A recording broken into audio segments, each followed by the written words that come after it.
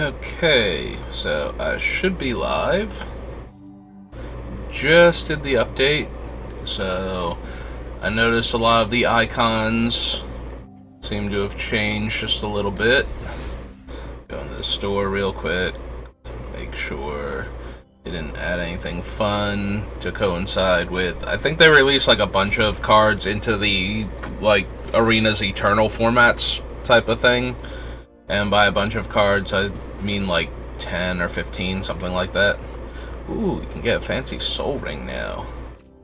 Yeah, it does not look like there's any cool stuff over there. So you can get a brush wog, you can get a soul ring, and you can still get the dragon from before. Okay. Alright, so back home.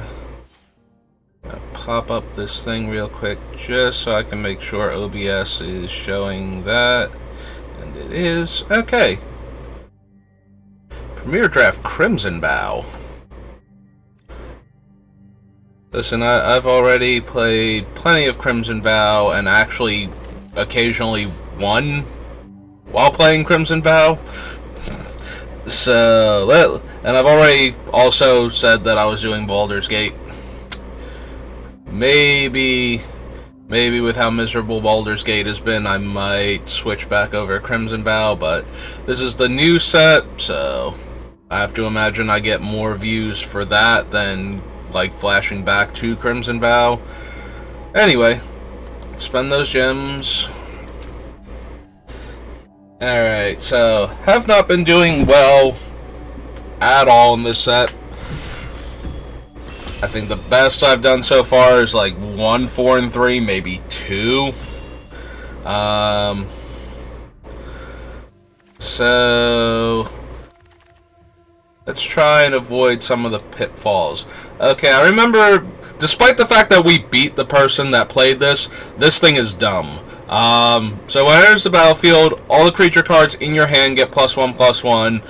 It specializes into a bunch of different things. It is most likely going to be the pickup here. While I do love me some double team, it has not loved me back as much as I thought it would. And the other card here that I would most like to take is Owlbear.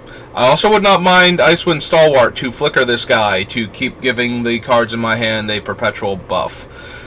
Blue Dragon is decent. I mean, if you are the Dragon decks and you have the big creatures, Thrakkus is decent. Also, if you can buff Thrakkus, he is already a large trampler. So any additional power and toughness boosts go to him, like, get doubled as well if you do them pre-combat. Alright, so we took Clement.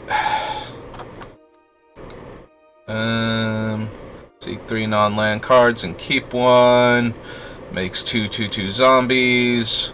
As dealt damage, deals that much damage to any target, and leaves the battlefield, you get an Ox. So, all of those are good.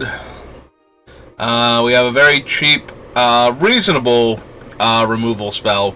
You do have to have enough creatures to actually kill it, but it always takes away the abilities. I do love Sewer Plague, though. I think Sewer Plague, despite how I've been doing lately, Sewer Plague has always done exactly what I need it to. Like, that has never been... I've never played Sewer Plague and gone, wow, I wish I had drafted, like, a different removal spell here. It's usually like, I wish I had another offensive threat here. Might be the closest thing that Sewer Plague gets. Alright, I think we're going to take the Hippogriff. Any one of these white cards would be fine to go with Clement. And aside from the Hobgoblin, I don't think there's anything in any other colors that I'm super missing out on. We could take the Eye, we could take the Prism, but I think I'm going to take the Hippogriff since I want to run Clement. Alright. So we have a chance to get another Blue Dragon. We also take the Hill Giant Herd Gorger. I do like the large green creatures. I think the best we have done so far has typically involved them. I would have to go back and actually double check that. That might be me misremembering, but I feel like Hill Giant, Herd Gorger, and Owlbear have done well for me. So, take the Looter, we can take the Dragon. I'm gonna take the Hill Giant for right now. This might make it difficult to run the Sewer Plague, but...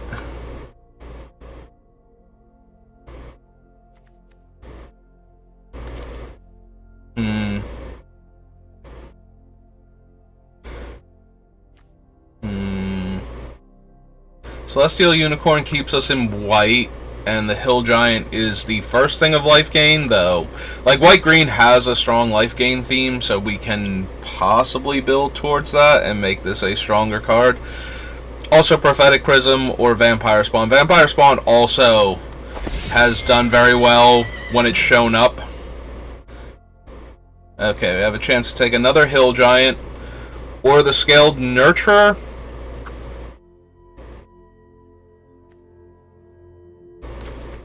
I think this time I will take the Hill Giant, mostly because I don't think we're going to have a lot of dragons. I will take the Nurturer, like, the next time if it's a choice like that, because I would rather have the ramp for the large creatures. Let's see. It has a lot of potential. The Hill Giants are 7 power creatures. We have some decent green cards, though. No white. Stroke of Luck is okay. It's an impulse that costs you a life at sorcery speed. The Dread Lindworm is a combat trick, which is... And now we get past another one. I was going to say, the Dread Lindworm is a combat trick, so that was kind of tempting.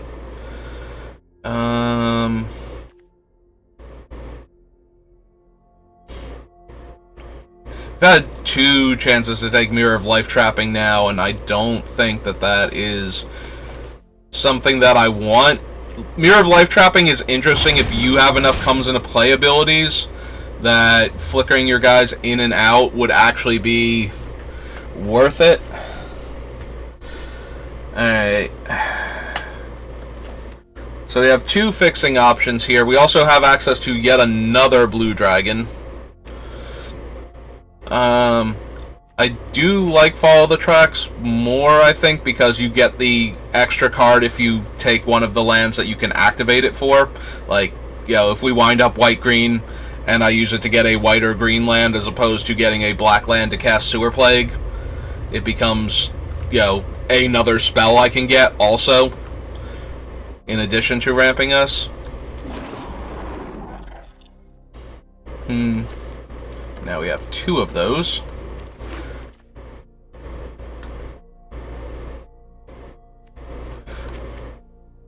We have seen some okay blue and some okay black. The white one gives counters. I actually think I like her more than the other thing. Like, if we use her with white, the white one gives counters. The green one... seek 2 creature cards with mana value less than or equal to the number of counters she had removed. Oops. So those are both possibilities.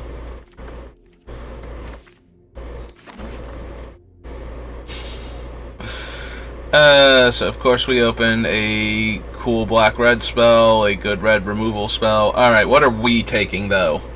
Guiding Bolt kills large creatures, but I think I just want the ramp creature now, especially since this one fixes for our colors, so we can potentially run some of these other spells if we want to.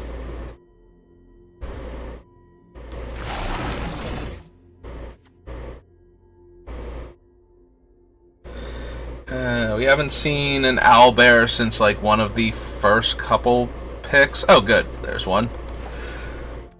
Oh, Sworn to the Legion. You do a lot of work when you're actually in play, and I'm already doing the cool things. Like, when we actually got to play this, this thing did some reasonable damage that one game. And then we didn't, like, draw it a lot of the time after that, so it's not like the card just underperformed when we drew it, and the one game we drew it, it went off. The one game we had it, it went off, and the other games it just did not show up. Unfortunately, our white right now is Clement, Celestial Unicorn, and Blessed Hippogriff, so realistically, I'm not even, like, committed to white. Like, if we see other good cards in the other colors, we can consider taking them. Right now, green is our only really strong commitment. And unfortunately, we have no early game. Like, our curve starts at 3 in green, so might want to fix that. What does the green have again? He leaves play, you get a 4/4.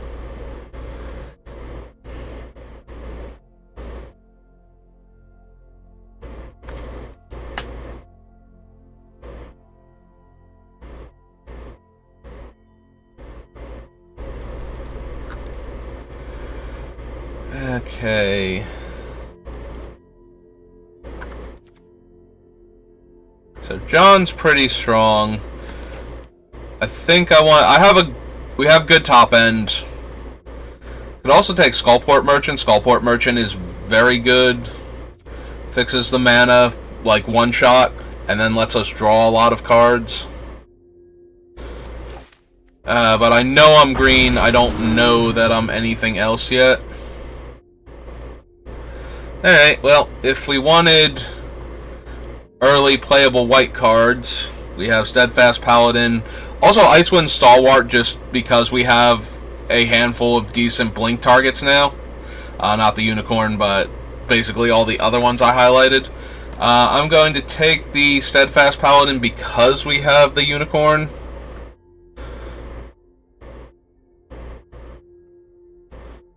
Yeah. I'm looking at our creature types, like, just the ones I can read. We're not going to be able to save anything with the Party Wrath. Right now, like, we will be able to save Clement, or... No, that's it. Like, none of these are... The other creatures. Oh, wow. That's 2 Grim Bounties we could have had this pack. That's mildly disappointing.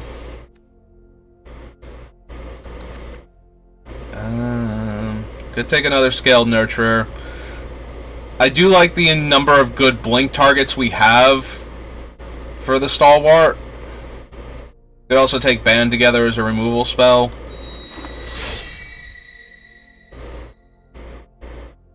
Okay. Take another Nurturer. I would not mind a green or white dragon right now with these Nurturers.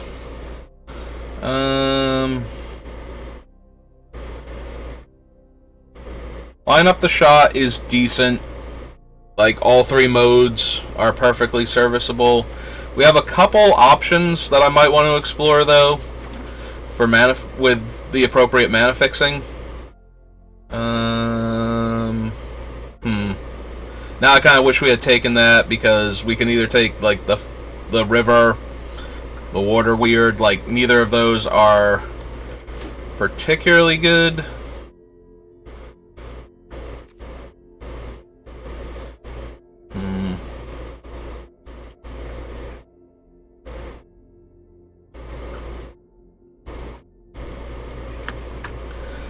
We have 2 Ambitious Dragonborn, so those would let us gain life off of that guy.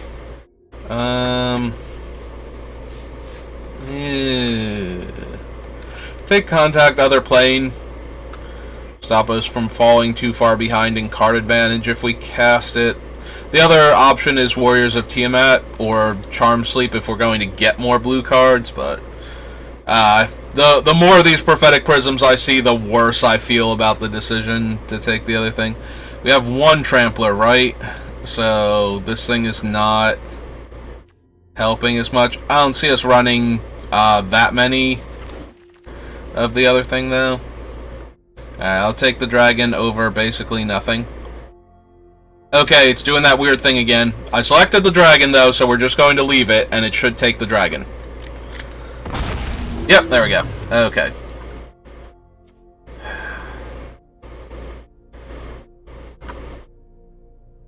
We don't have a lot of doubles in creatures, but I'm not thrilled with Wild Shape either. Just infinite prismatic prisms. I guess we'll take this, and now I kind of want to get like Baba Saga, and just have like 20 prophetic prisms to cast her with. Okay. So, Disciples of Moradin. Goblin Heel Cutter, always a very strong choice. So I'm inclined to take that. For the Ranger Squadron. Then we have a couple of okay green creatures. Yeah, we don't have Shamans, Warlocks, or Wizards going on right now. So...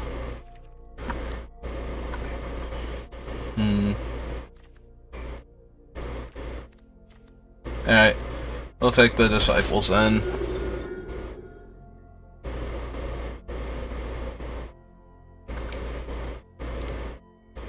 Alright, we did not take that first humiliation, so we're going to take this one now.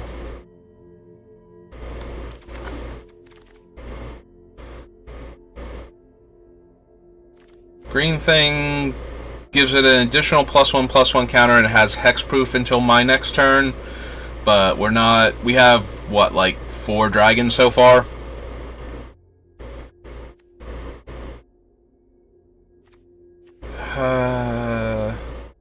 The Soldiers of the Watch, the smaller double team creatures have been a little underwhelming. There are too many 2/3s, maybe. It feels like they get stonewalled a lot easier. Yeah, I think we might just take this as a flying trample 4/4 that we can gain life off of casting with our cards.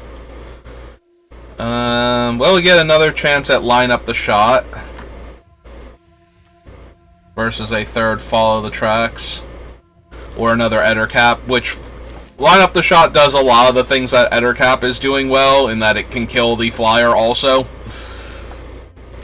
Like, Ettercap being able to block other flyers afterwards is nice, but it's the killing the initial flyer that I think is where it gets its most benefit from.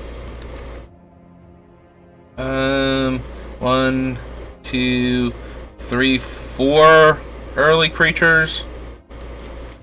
Alright, take a 5th creature we can cast early on, just in case.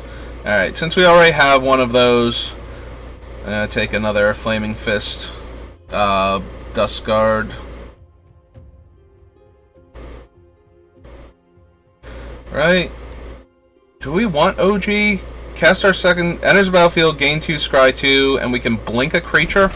Yeah, I think I clicked on him in time. Did I? Oh no, I did not.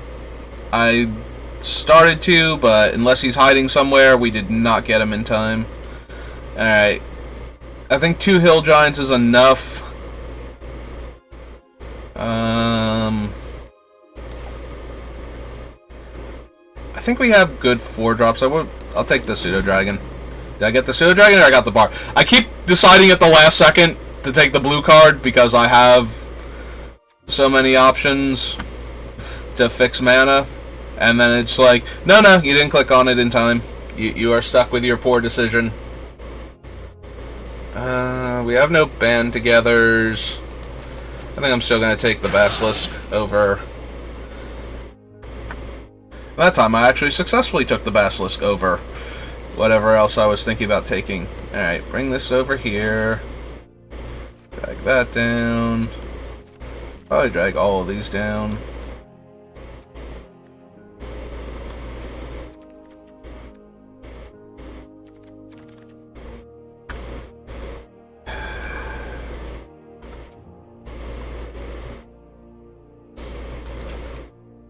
Yeah, I don't...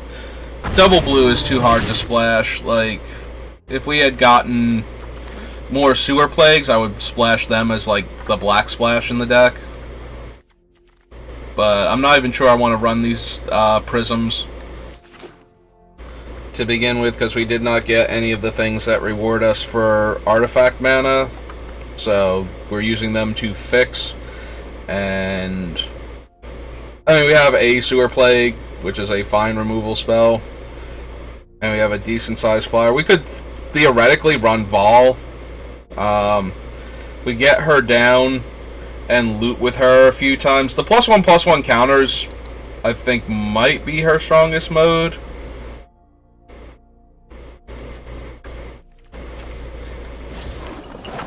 Like, any amount of counters removed from her is pretty strong at that point. The other modes need you to remove a bunch of counters to do anything, whereas if you flip Vol while she has... Where'd she go? If you flip her while she has like one or two... No, I don't want to craft her. I want to look at her modes. And it won't let me do that now. It wants me to craft her. That's actually kind of annoying. Is there... Can I not... Right-click for more info... Okay. Right-click for more information. Pulls up the crafting menu. Arena is a quality program. Oh, wait. Hang on. Oh, no, wait. That put her in my thing. Yeah. Nope. Okay. I would love to be able to read her, but apparently it would rather offer me crafting options. So I have to remember what Vol does off the top of my head. Good job, Arena. Alright, so...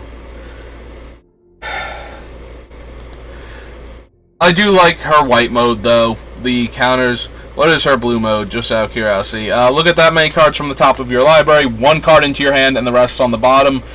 Is also okay. Like, you get an impulse for however many times you've used her. The biggest problem is it is difficult to cast her with what we have, unless I'm going to be running a bunch of prophetic prisms, and I'm okay with getting the blue mana from that.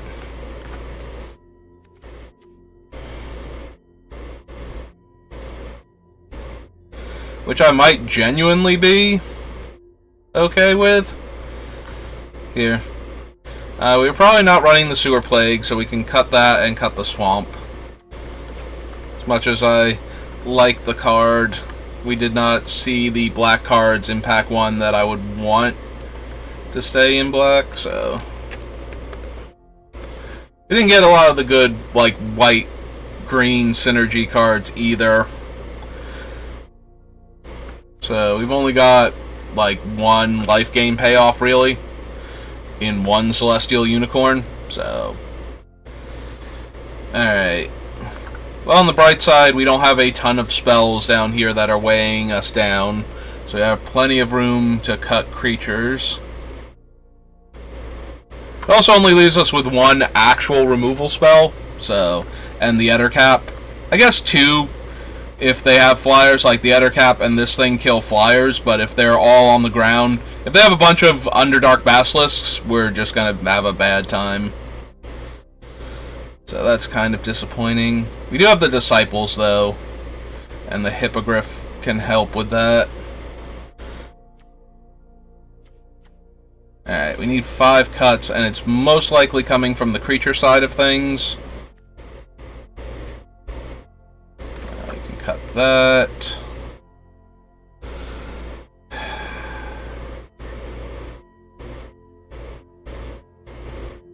Maybe we do just cut the blue.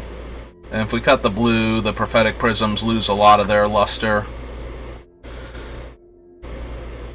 It's a very just straightforward creature deck, and I do not know how to feel about that.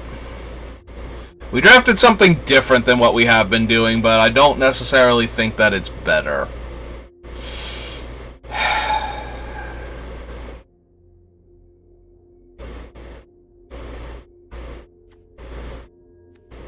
Yeah, this guy feels very hit or miss in our deck. Like, we don't have enough larger creatures. Like, if we could cast her and then follow her up with a 3-power creature consistently so that this guy would be a 4-power creature from the Perpetual even if it dies on turn 4, then that would probably be okay. In fact, do we have anything at all to replace him with besides the Bard? It certainly does not look like it.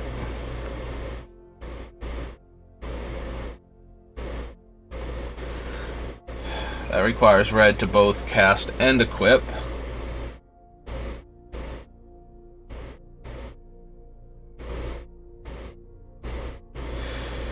So let's see, our doubles are her, that, none of these have double team, and 2 of him. So those are the only 3 creatures, so none of these have double team, right?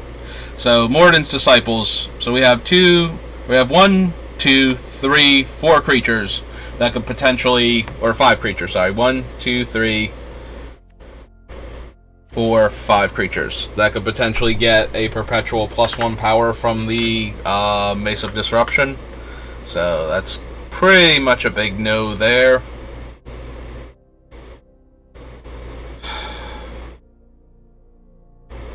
At least this thing can be large. Like, it can be 7 power. There's only 1 creature, though, that makes it bigger than a 4/4 for 4. So the only other benefit is that I'm gaining life off of casting it sometimes for this thing. Whereas I would gain life if I wanted to just by casting this thing.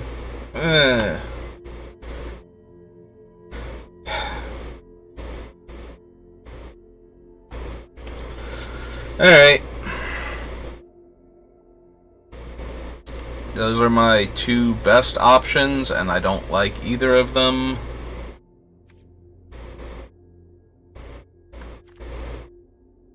Alright, we're going to cut him and we're going to play the Bard. The Bard can always gain me life if I want it to, even if I don't have the Nurturers.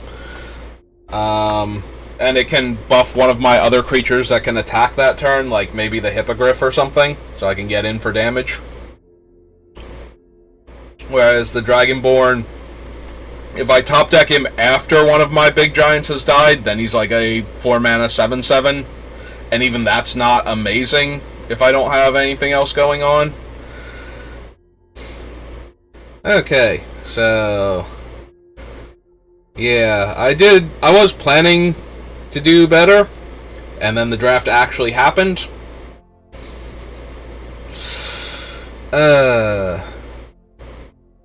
Yeah, no, I probably spent too much time talking about the individual cards and not focusing on what I was picking.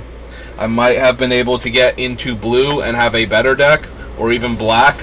That pack too, the 2 Grim Bounties, still kind of bothers me. Like, if I had large creatures and I could just get the opponent's creatures out of the way. Alright, we're going to keep this.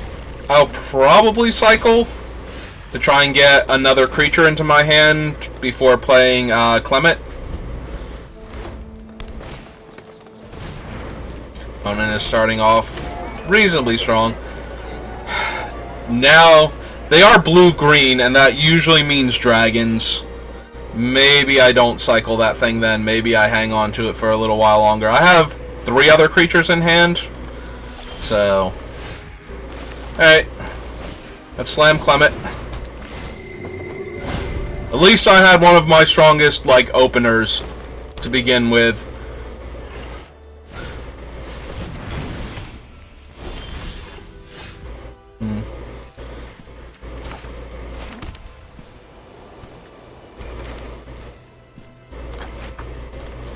Alright, let's attack for 2, see if they block. Didn't think so. They would have to have a trick, I feel like, to block there. And alright, we're going to lead with her to buff the next creature. If we hit our 4th land, I'm probably going to flicker Clement.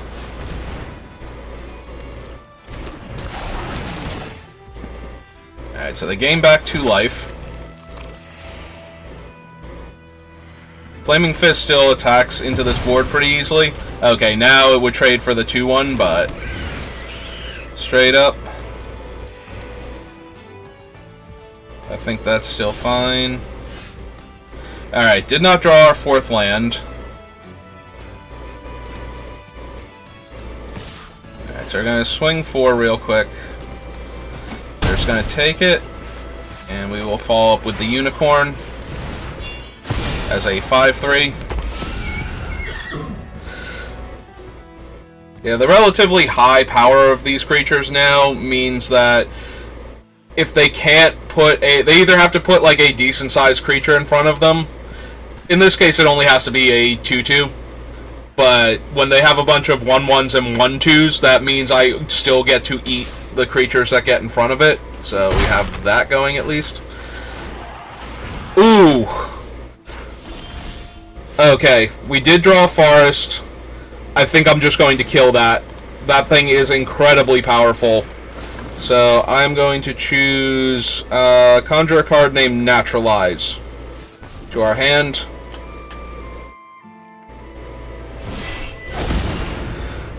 That pause worries me slightly. They might have a counterspell they can use.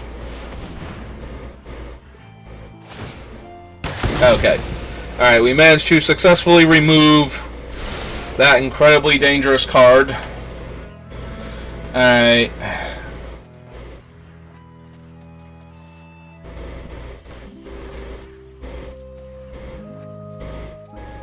I think we're just going to attack with the 5-3. I don't want to lose Clement to their two 1-1s. I don't want to lose the 4-2 to them just yet. So I think we're just going to rumble for 5.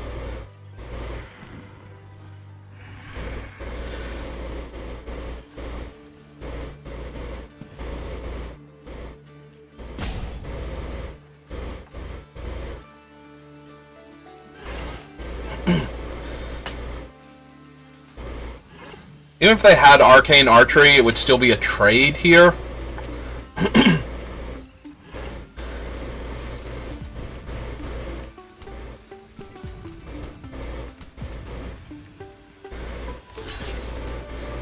So maybe they're just trying to decide... Oh, it is Arcane Archery. Okay. Alright, that's fine. They did leave the card on top before, I believe. Yeah. Alright, we get knocked down to 16.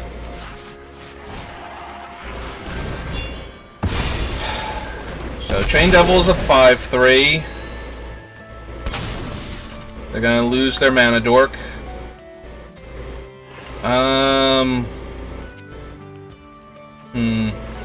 I think we do lose the 4-2 here and keep Clement. So that we can blink Clement and reset him.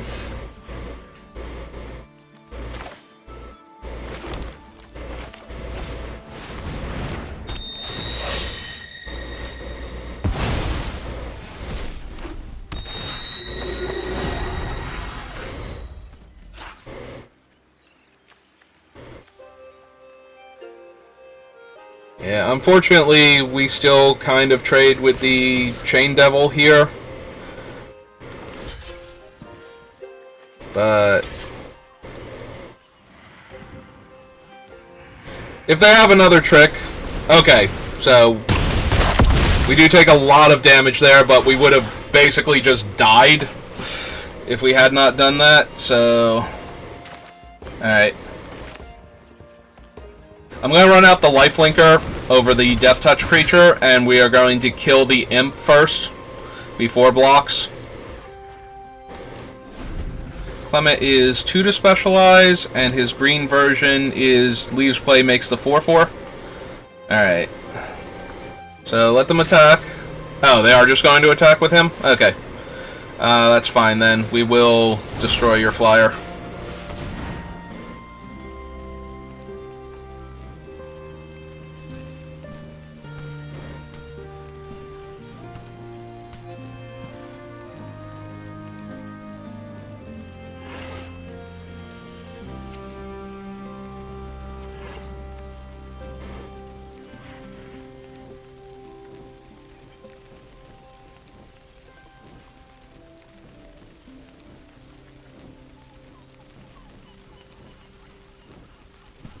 So what is the last card in your hand? And how does it get you around this particular active creature destruction? Or what value does it have if cast in response here? Alright.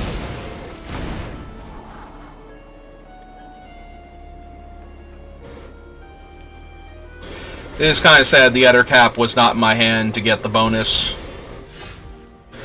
since it could very easily trade for the Chain Devils here.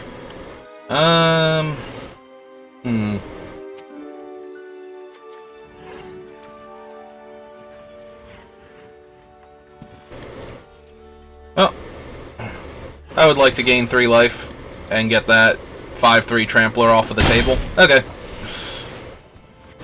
In that case, I will play a 3/4 Death Touch. And pass the turn. I very seriously doubt we would have that. Oh, their option was to just cast that right then and there. That doesn't really change anything. Maybe they did not realize it was an instant, and they weren't sure why they were getting priority.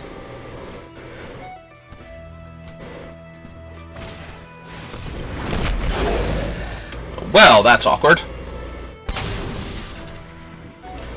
I think we might have to lose Clement now. The bright side is the Ettercap still blocks the aerial version of it, so we seem to be pretty okay here, and I'll just pass. If they kill the 2/5 and start swinging the air for 4, there's a pseudo dragon.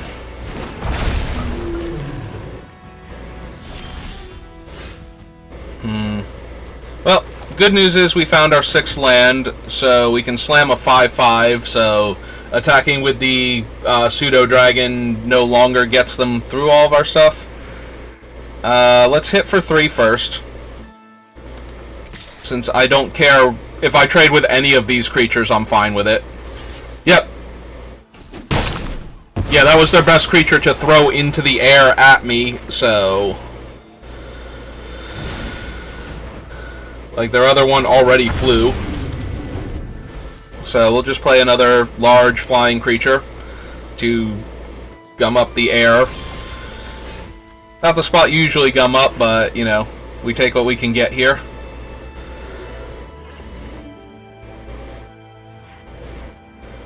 Alright, actually, yes. Since the Basilisk can't block most of their creatures, if any, if they don't want us to, I'm going to swing for 3 before casting the Giant, because I would rather have them trade the 4/2 for the 3/4 and then not have good blocks on the Giant, if I could do that, so. But they chose not to do that, so they can still technically 2-for-1 themselves to trade with my Giant on their next turn. But we are getting to the point where, like, all of my things are large and will start ripping apart their life total if they don't have anything. I mean, this is obviously something, and I'm at 17. What is it, though? If it's Arcane Archery, they still trade with Emerald Dragon, so they might be hoping that I block with that thing. It could just be the poison and to draw a card.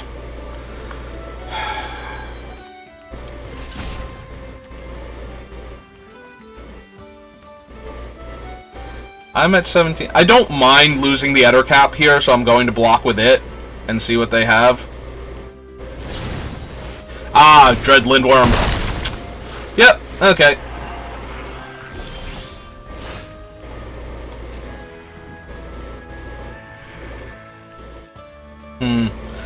Alright, so if we attack with everything, they don't have... They can, like, trade the Pseudo Dragon for the 5/5, or trade it and the other creature for...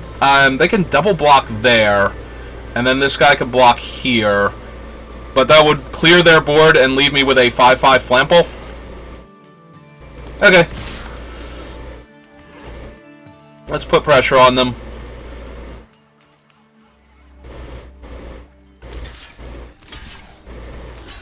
Alright.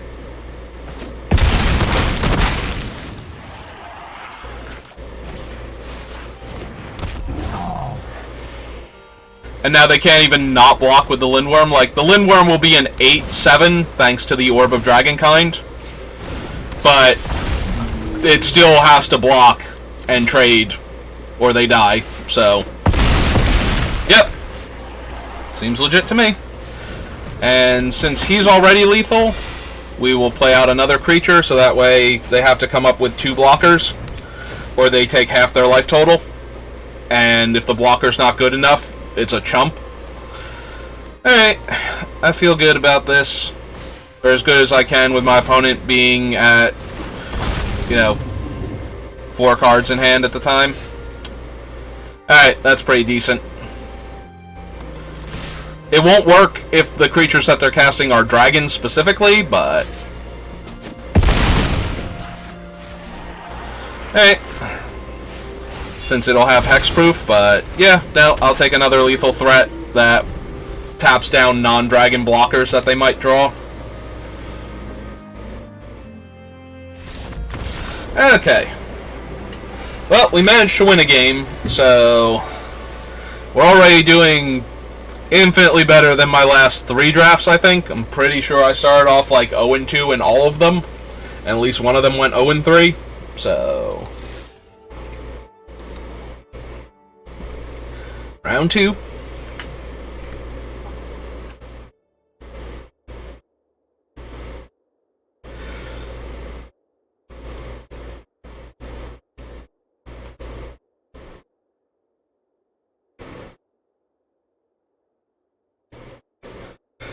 Yeah, fortunately for us, our opponent didn't play any must-kill creatures, so... we got paired up to Mythic again. Well, that in and of itself is fine.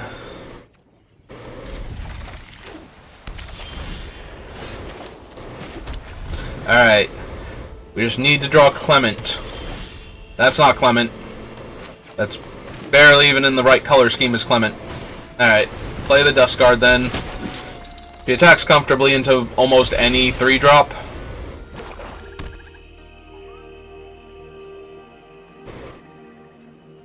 The Sewer Plague? Are they considering Sewer Plaguing my 3-1?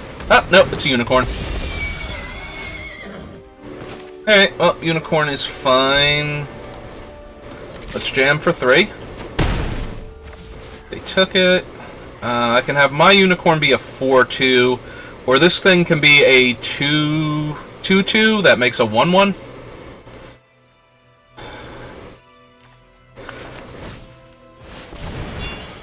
I think we'll continue putting pressure on them. Yep, they get to drain me for 2, but that leaves them with a 4-3. Oh. Yeah, no, that's fine. We can trade. They have the trick too? Okay. Alright. They had it all.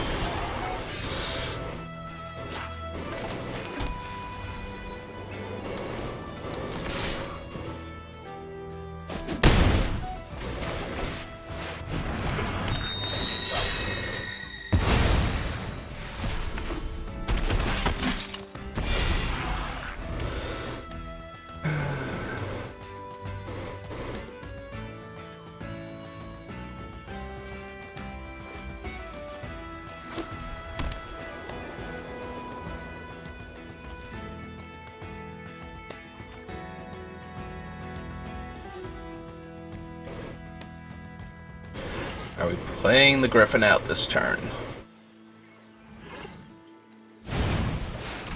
Okay. And no attacks.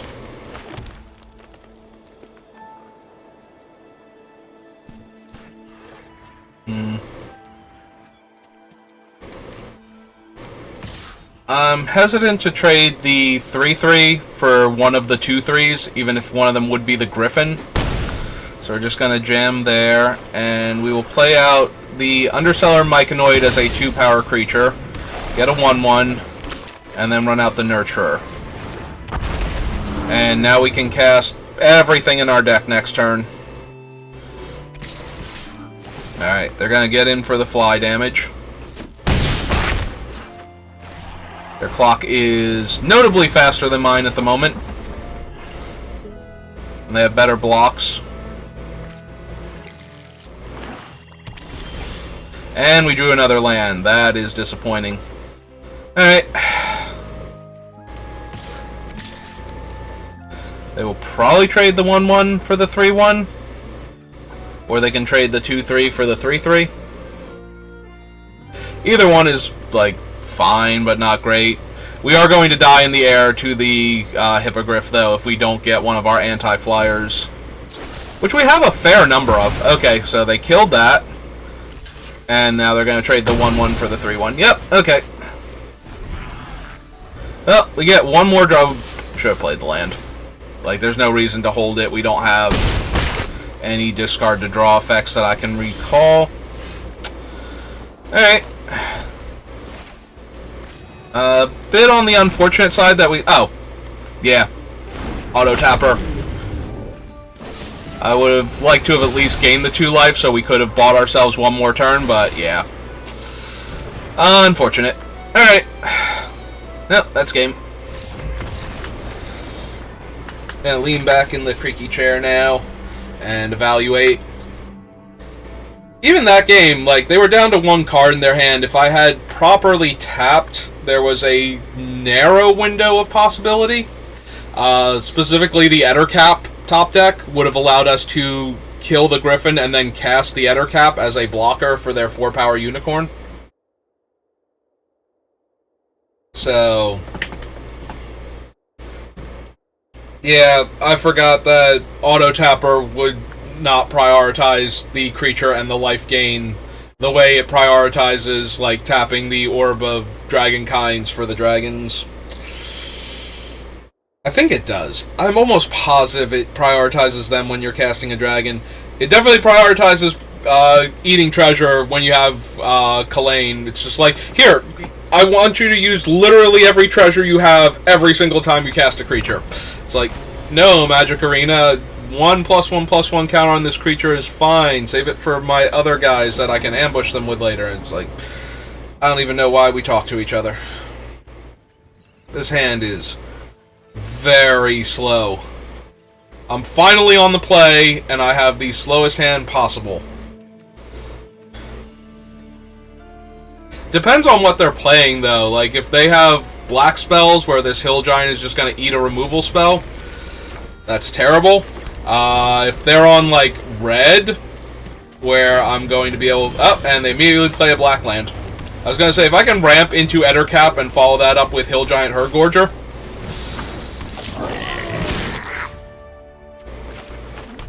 alright, well, gives me a 1-1 to threaten to block that thing with.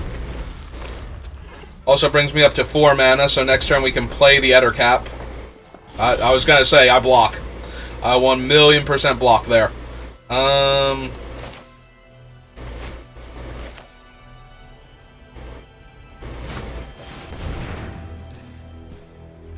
Get the green one, I think. Play out the land. And yeah, we'll just cast her. Like, they won't block, they will take the 1, but then I have to block with my 3-1 if I don't want to take 3. So, I'd rather not trade 1 for 3 here. Alright, they get a treasure. That is good, though. If they go for the dragon, we just get to knock it out of the air. He is a problem. He's going to be a huge problem in a turn or two when that thing's, like, first striking at me, and maybe menacing, too. Okay. Alright, well, on the bright side, we can definitely afford to attack with that, then. Yep. Let's slam the Hill Giant. The upside is that the first strike is on their turn when attacking. Ah, wow. I mean, I'm okay with having to attack with that if they don't have a way to sacrifice this thing.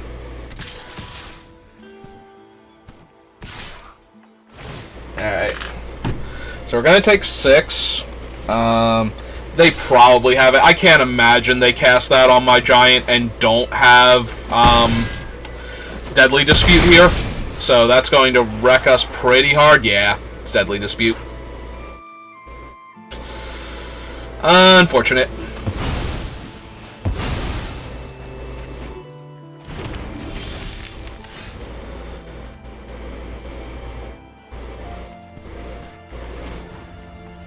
Alright, let's seek a card and see what we get. Basilisk is actually a good draw. Because the Sayervok won't have first strike. Unless they flip him. Does the red version of him have first strike? I think it has Menace. Alright, so red version does have Menace, so they're going to activate him. Oh, no, that was his trigger. I accept. I am confused, but I accept. Like, play your trick. I don't care. I am willing to trade my 1-2 for 3 life and your combat trick also. Oh, good. Now they can take my Hill Giant and conjure a Hill Giant. Yeah, this game is rapidly getting away from us. They still have no creatures of their own in their graveyard. And just immediately specialize her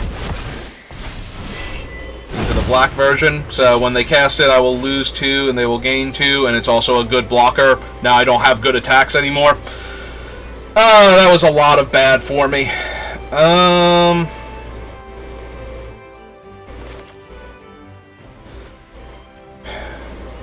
Okay, we're going to run out the 2/5 with Reach, and we are going to give one of my creatures indestructible here when they attack with Sayervok.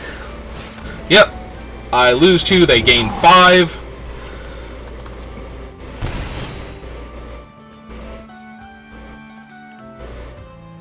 Okay. Ah, they're not even going to bother attacking. Alright. Well, we have tons of mana, and nothing to spend it on yet.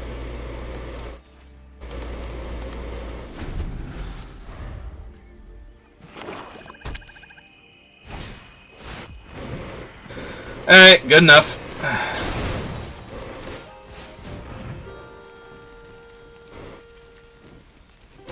This also makes their attack terrible this turn if they wanted to attack with, like, the Hill Giant or something.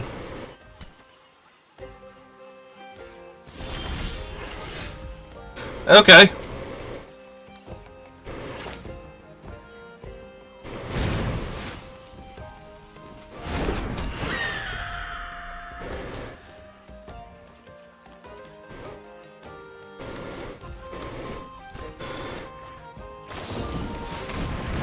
Alright, fine. Better that, though, than the Emerald Dragon. So. They gonna attack with it now? They have 1 card in their hand. 5, 6, 7, 8. It would take all 3 of my creatures blocking it, though, to kill it.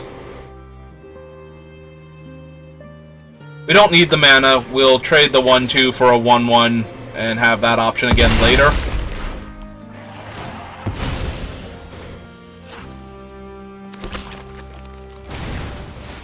Now they're going to cast the Red Dragon. Alright, tap him for green. Cast our Emerald Dragon. Gain 2 life.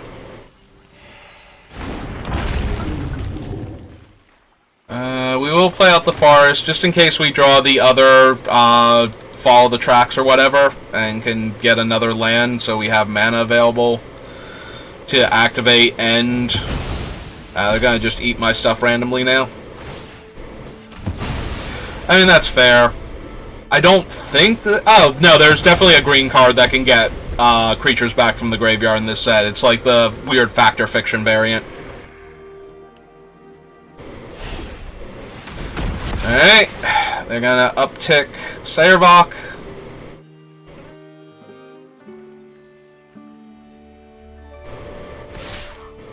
So now it's an 8/6 with Menace.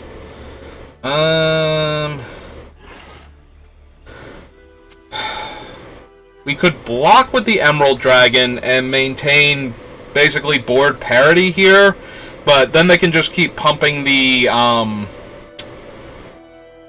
other thing too. I hate losing the Ettercap to do this.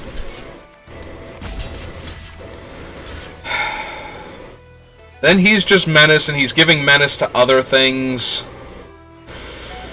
And the 3/2 can get in because we won't have a good flying blocker. Like, this is just terrible.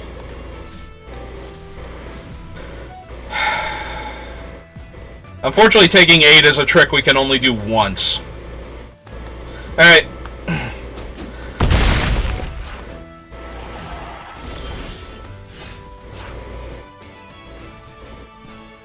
Battlefield, exile up to one target non-warrior creature you control, then return it to the battlefield. Okay, so... Alright. Let's attack for 4 in the air. And let's flicker our 4/4. So that we have blockers again. And pass turn. Activate their land, get a spell. It's always a spell, right?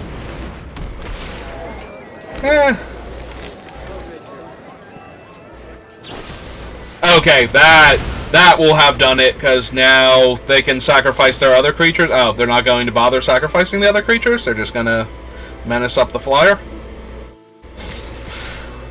OP, what are you doing? So...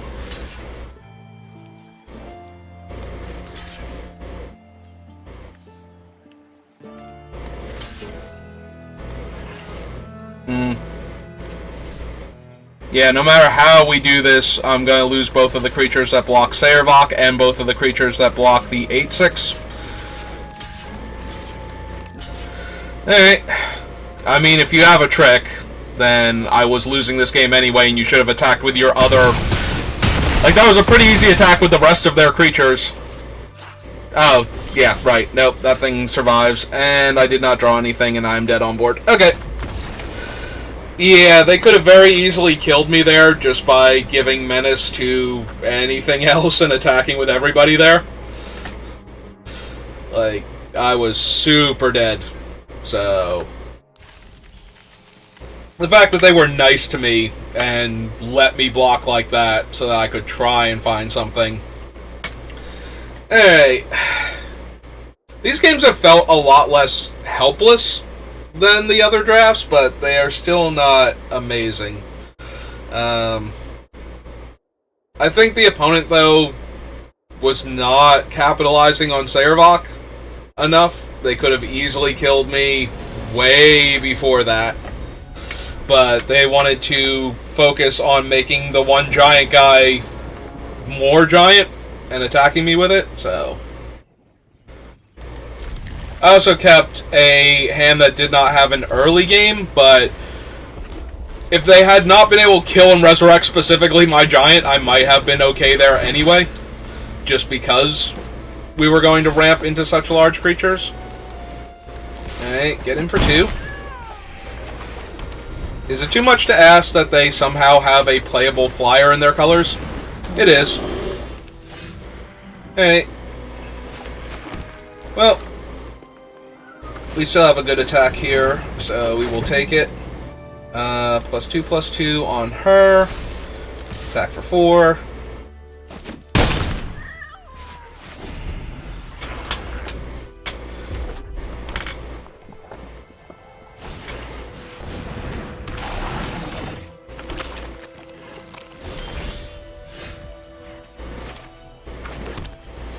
Alright, since we definitely get to cast the other thing next turn, I'm just running her out. And we will pass the turn because our attacks are bad. Alright, let's see if an opponent has a dragon now, because now they have the Myconoid and they have 6 mana total, so it's very possible they could have, like, any of the really... They could have, like, the green or red mythic dragons. They have a large ground creature. Slightly disappointing, but...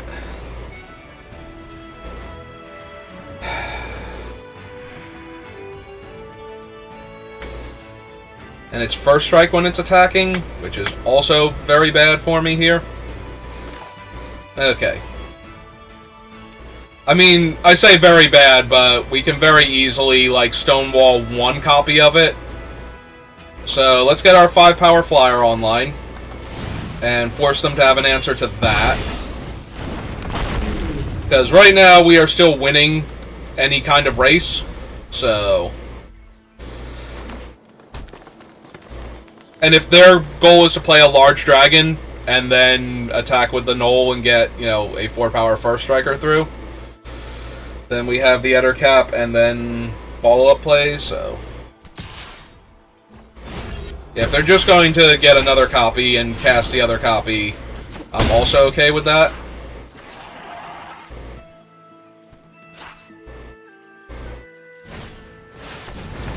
Hill Giants, I was going to say mildly problematic, but we have drawn our own, so let's swing for 5 in the air. Oh. That gave them priority. They have a 1-mana trick in their hand. It could be the take aim, and they just wanted to get the 7/6 online first.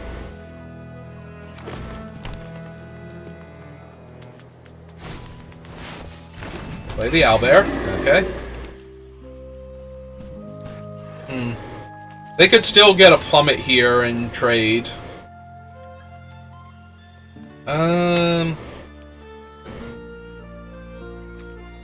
Well, I really like keeping our giant alive, and this will force them to use the trick anyway, so... Or I just trade 2 medium-sized creatures for what is probably the biggest creature they could reasonably have here. Alright.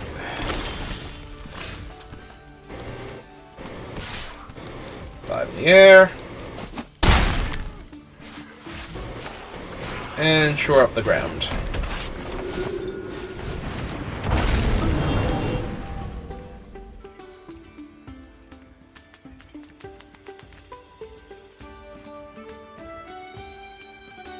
So right now, my primary concern is a reach creature, because if they just play their own dragon, we can kill it.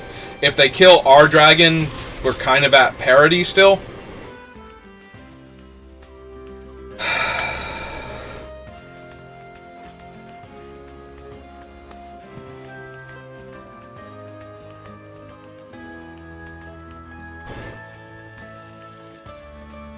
There's no mass pump at instant speed. If they have the +3/+3, this is still a trade, and I take 1 trample damage.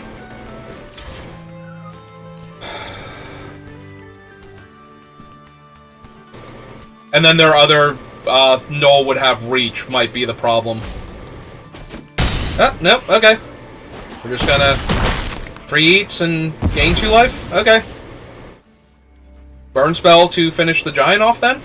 Like sorcery speed? No. Oh, wow, they had another Null hunting party in their hand.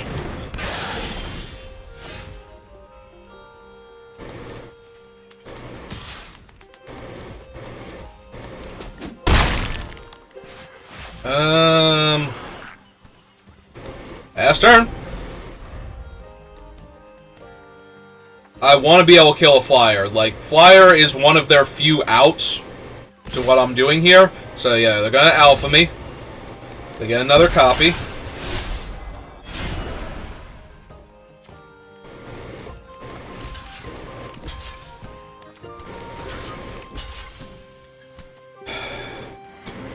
Four, 5, 6, 7, 8 if I try and eat one of the myconoids. Or rather just eat one of these things. And then that leaves me with another lethal threat. Because I can attack and tap one of their blockers.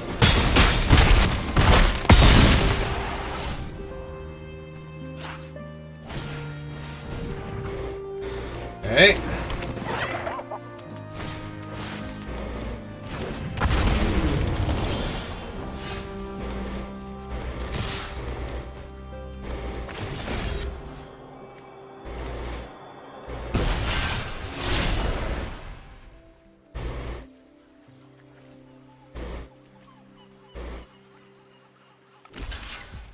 Yep.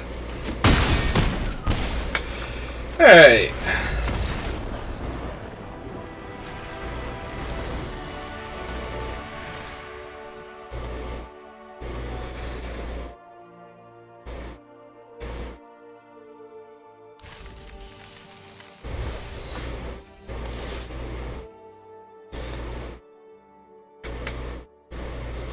At least we will get a 2 and 3 if nothing else. which is still disappointing, but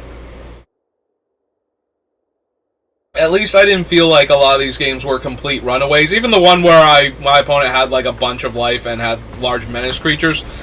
But that was more from how they were playing it than how bad it was, like how good my deck was. Double Forest, I go first, and I don't... I can't keep this hand. If I don't draw planes, we are just actually dead. Like, we do nothing.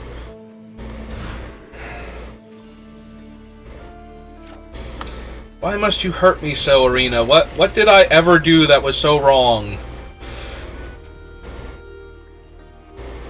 Alright.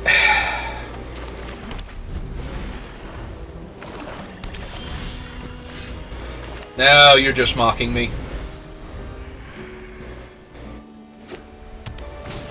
Well, we need a land, and we would love for it to be a forest, but that's not going to happen. So, this is going to be a game that we are probably going to lose, and I will feel bad about losing, but not about... like, for this is just mana screw. This is the thing that happens, and to be fair, we have not gotten it in any of the other 5 games we played, so...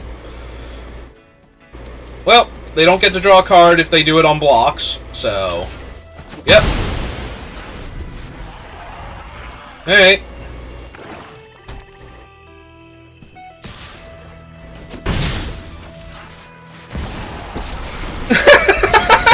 We're mana screwed, they played Tasha on turn 4. We're color screwed and mana screwed, and they played Tasha on turn 4. Whatever. Like, literally an impossible game for us to win at that point. Oh my god, that is so terrible. Like, she's gonna uptick to 3, and we're never gonna kill her now. We have nothing to interact with her at all. That is so awful. So we're just dead. How do we want to play this? We can cast him, we can cast this. I guess we're casting this and getting our forest. You know, our green gate. This is just so abysmal. She's gonna be at 4 before we can even turn a dude sideways at her. Hush up, Tasha. Like, yeah. This game was actually completely unwinnable. That is ridiculous.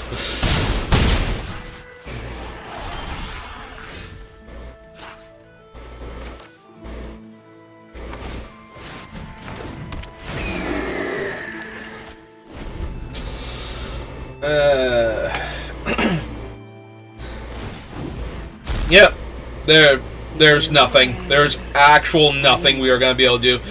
Like, all they have to do is leave back the 1/3 to block the owlbear, and we can't get through. I have no removal in the deck to clear a path to get to Tasha. I have no way to interact with Tasha. Like, yeah, we're just going to lose to Tasha now. And that's all there is to it. It's very unfortunate, but...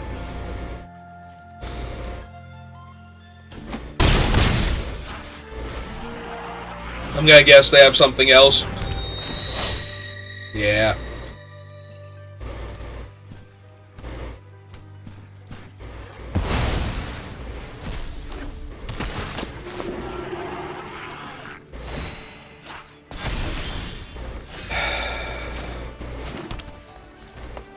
So we would shrink down to a 3/3.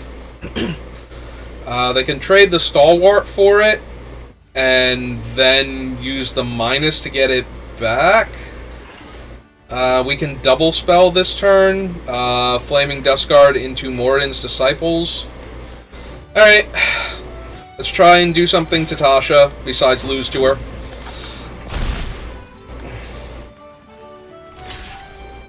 Okay. Yeah, we'll kill the 3/3. And then we will cast this. And cast the Disciples. I think the Disciples are 3/3. Unfortunately, the Flaming Fist Duskguard cannot attack unless they minus. And unfortunately, also for us, because Wizards actually thought for half a second about this, Tasha does not perpetually give -1/-1. So yeah, they just get our 4/4. So we would need to draw exactly... Oh, they're just going to keep gaining life and putting more blockers out. Yeah. So there's literally nothing we can do here. Alright, we can just concede this. There was... I don't think we have a draw that beats turn 4 Tasha. Maybe, but probably not. Like, that was just going to wreck us every single time. And unfortunately, we did not start off strong enough that we could afford to get wrecked there. So... Hey, let's go open our pity pack and see what we get.